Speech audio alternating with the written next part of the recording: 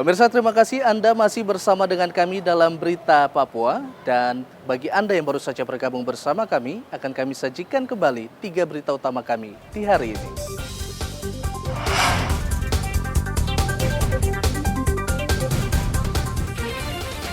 Seorang pria di kota Jayapura tewas ditembak tentara. Mirisnya, pelaku juga tewas karena bunuh diri.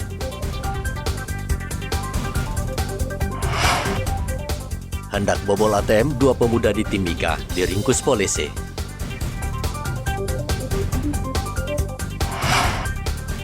Dinkes Merauke stop peredaran sejumlah obat sirup anak.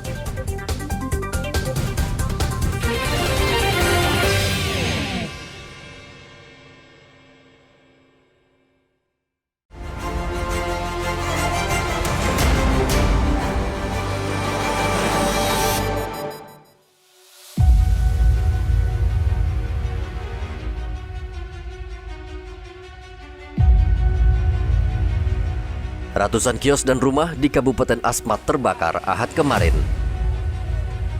Kebakaran terjadi pukul 5 dini hari ketika sebagian besar warga masih terlelap tidur. 121 kios dan 4 rumah warga ludes dilalap si jago merah. Upaya pemadaman api mengalami kesulitan.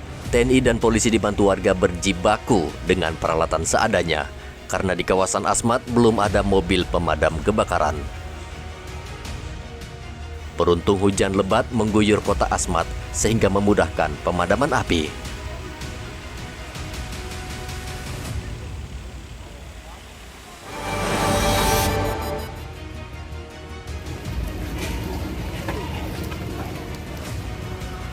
Sebelas kios dan 2 rumah di Bundaran Salib, Kecamatan Kenyam, Kabupaten Duga hangus terbakar. Tidak ada mobil pemadam kebakaran di daerah ini sehingga warga dan aparat keamanan kesulitan memadamkan api.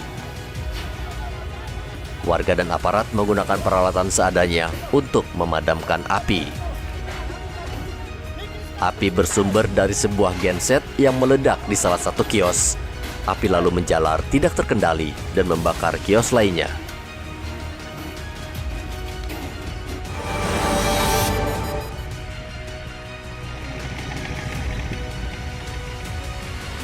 Polisi dan tentara berhasil menangkap Titus Sewa, 26 tahun, pelaku penyerangan prajurit di Pos Ramil Kisor, Distrik Aifat Timur, Kabupaten Maibrat.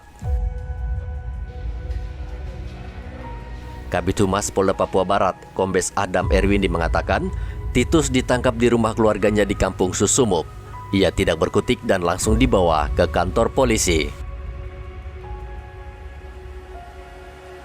Saat penangkapan di rumah tersangka, petugas juga membawa 6 orang ke kantor polisi.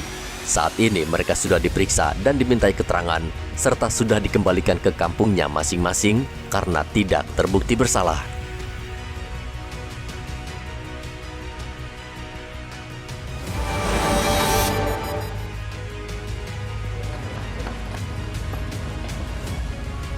Dua tersangka pelaku pembunuhan ini tidak berkutik saat ditangkap Satuan Reskrim Polres Jayapura di Kampung Harapan, Jayapura. Mereka terlibat kasus pembunuhan di Jalan Yomake, Pasar Baru, Sentani.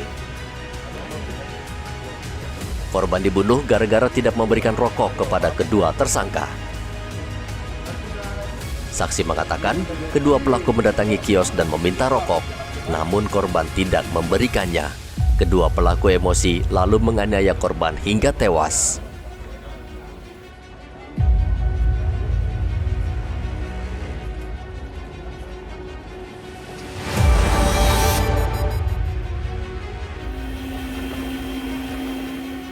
Perahu cepat berpenumpang 7 orang Ahad kemarin hilang kontak dalam perjalanan dari Kampung Maria Dei menuju Kampung Miosnum, Kabupaten Kepulauan Yapen.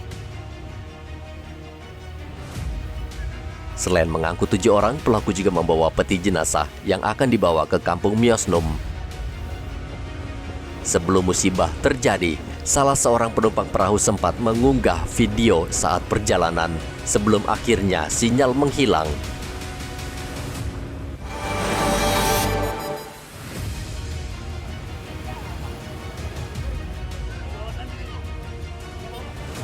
Dua sepeda motor saling bertabrakan di Jalan Belibis, Timika.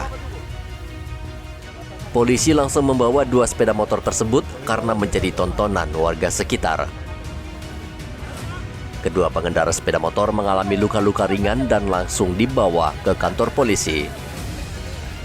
Polisi meminta kedua pengendara menyelesaikan kasus ini secara damai di kantor polisi.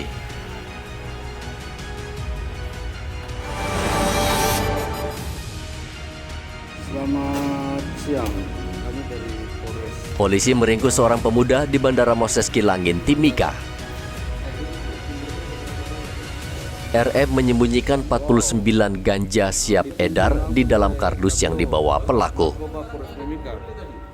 Ganja itu diselundupkan RM dari kota Jayapura. Di depan polisi, RM mengaku hanya sebagai kurir yang dititipkan barang oleh pria bernama Amri.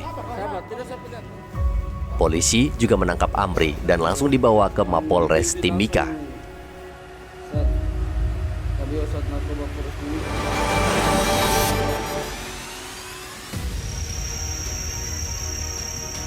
Kejaksaan Negeri Bintuni menangkap 4 tersangka korupsi proyek pembangunan pasar rakyat di Distrik Babo, Kabupaten Bintuni, Papua Barat.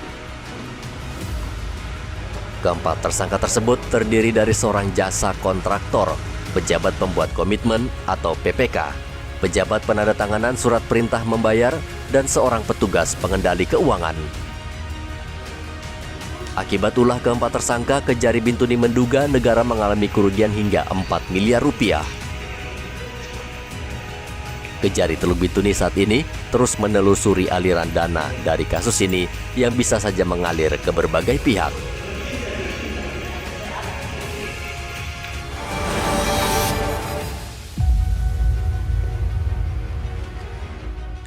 Bendahara Kantor Bulog Papua Barat Marta Mulu ditetapkan sebagai tersangka dugaan korupsi penyalahgunaan penjualan beras Bulog di Temina Buan dan Maibrat sejak 2011 hingga 2019.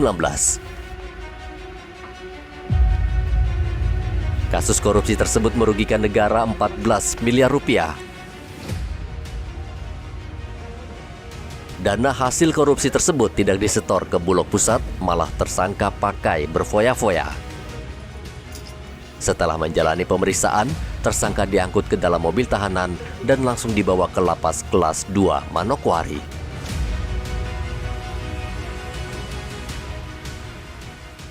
Pemirsa, informasi tadi mengakhiri jumpa kita dalam Berita Papua hari ini. Saya Heri Orun, mewakili seluruh kerabat kerja yang bertugas, mengucapkan terima kasih untuk kebersamaan Anda. Selamat pagi, selamat beraktivitas, dan Wanyambe.